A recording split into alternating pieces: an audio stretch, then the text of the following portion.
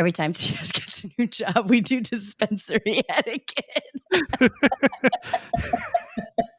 I have some things to say about dispensary etiquette. Mm-hmm. Sit down. Light one up.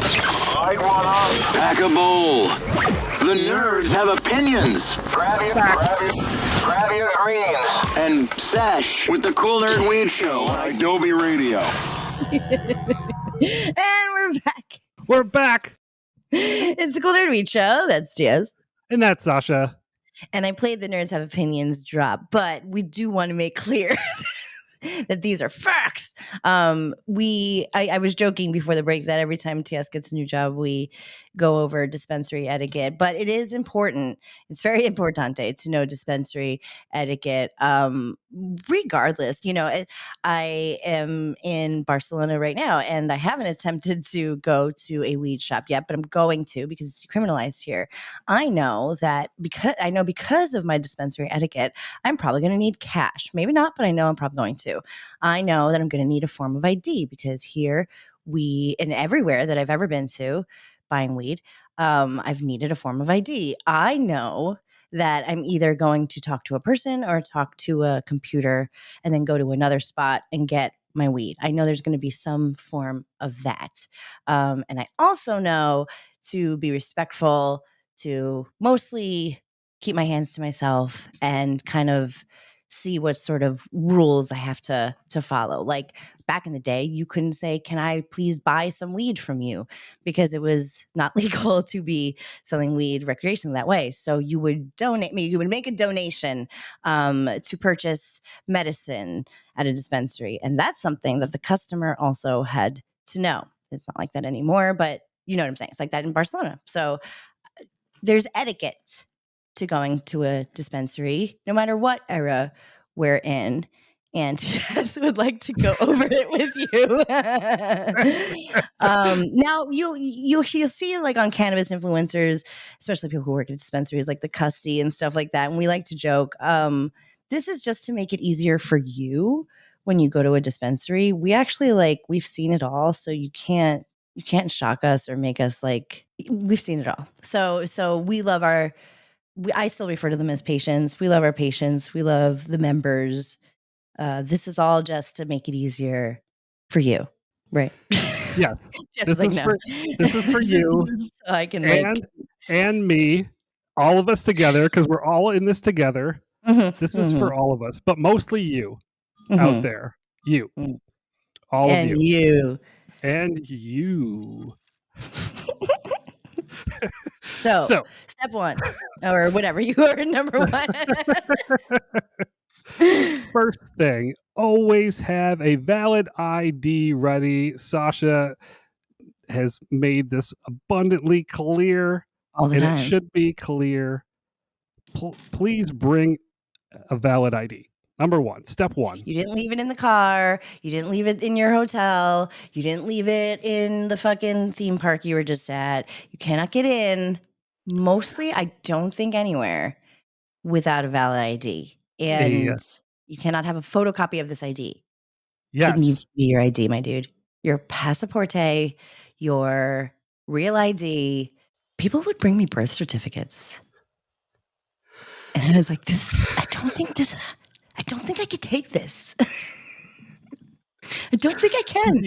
Your birth certificate doesn't have a picture on it. No, it doesn't have a picture on it. I remember calling back and being like, what do I do here? Yeah, it's not the DMV. It's you're coming to purchase something that not everybody gets to. So bring your freaking ID. For Christ's sakes. Have cash. Bring cash. You will avoid ATM fees, whatever ATM workaround fee that we have, additional fees because our ATMs don't work with your bank account. I advise you to bring cash. Yeah, I'm a real pain in the ass about that too. Even though I've worked at many weed establishment where cash only was the way to go, I never have cash anymore. So I be paying those fees. And there are some some dispensaries really go for it with the fees. I know, and you can thank your government for not passing the Banking Act and shit, and us not being able to use banks or connect to them or use the credit card system because of banks. So, write your fucking local Congress member or whatever. But that's really why cash. I mean, my mom's really good about it. She always goes to the bank before the dispensary. I'm like, and they have like the online places. Sometimes you can connect your bank with these fun third party apps that fuck up actually a lot. But there's like the option to do it if you want to sometimes. And that's usually what I do. But please think about bringing cash. If you are going to a place and you are relying on them to have an ATM, please do not get mad at them when that ATM doesn't work. There are out of other cash. places to go. Yeah, please don't get mad when the ATM's out of cash. Number 2, sometimes the internet doesn't work and the debit workaround system doesn't work. Not our fault. Mm-mm. If you had cash, this would not be an issue. Mhm, Okay. mhm, All right, take a deep breath. mhm. Moving right Yeah, along. yeah. Please wait patiently. Dispensaries are Mhm, busy. We are busy all the time. Cannabis is mhm. wildly popular. It is. So It please is. wait your turn. This one, there's these next 3 really, really important. Okay, rattle them off. 1, 2, 3. Interact respectfully with your budtender. Mm. Budtenders are there to guide you, not to rush you or haggle with price. A budtender, for the most part, wants to be there. Now, I know what it's like to be a customer and to feel like you are with someone who is a little, maybe let's say they maybe have residual highness from the night before because you can't smoke on the job. We all know that. But let's say that they are just a little, not as fast as you'd like them to go. I will tell you one thing. I mean, about my experience, and a good dispensary will always be professional. If they can't figure it out, the person who's helping you because of an impairment of any kind, technological or from maybe, just too many years of smoking weed, then you will always find somebody who will be able to help you. So don't get mad. I understand. I do. Being in the front desk of a dispensary, you truly see the deepest, darkest pits of despair of humanity in all ways. And you kind of have to just pretend that it's not as bad as it actually is. So we know what you're going through. And a lot of times you're there because you need to smoke weed. And we understand you got places to go. But just, don't be rude. Please. As much as you can. The next 2, put your fucking phone away. Oh. Put your phone away. Put it in your pocket. Sure, Yeah. you can take some pictures if you want in today's world. That but, used to be like an official rule. Oh, yeah. No phones allowed. Everybody wants to take pictures now. And if you're from out of town, totally cool. You don't have a full-on conversation when I'm trying to with somebody else. When we're trying to help you.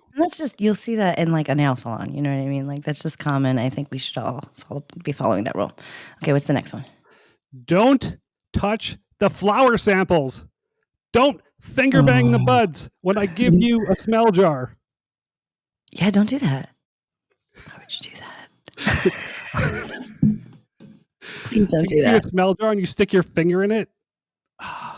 Poor form. Rude. Yeah. Yeah, major poor form. Don't like that at all. Do not do that. Jeez Louise. What's the next one? Always tip your budtender. Always tip your budtender. Always tip your budtender. Tips are often what keep food on the table. I know tips made a huge difference for me. I'm an over tipper, so you don't have to tell me twice. But if you don't have cash and you're paying with card, they often give you the opportunity to tip, but this is another reason why you should always have a little bit of cash just so you can drop a few bucks. Doesn't have to be all that much. It could be your change, bruv. That's the difference between like being a bartender or a waitress and being a budtender is luckily, with how things are, we do get paid a wage that, I mean, it's not by any means like $1 million, but it is at best minimum, unlike a waitress who would make less than that in the state of New Jersey. You don't have to necessarily leave like 20%. I do. When I that's what I give budtenders. But you were like, stop it. Whatever you give them is good. And like, if you're feeling generous that day, be generous, but give what you can.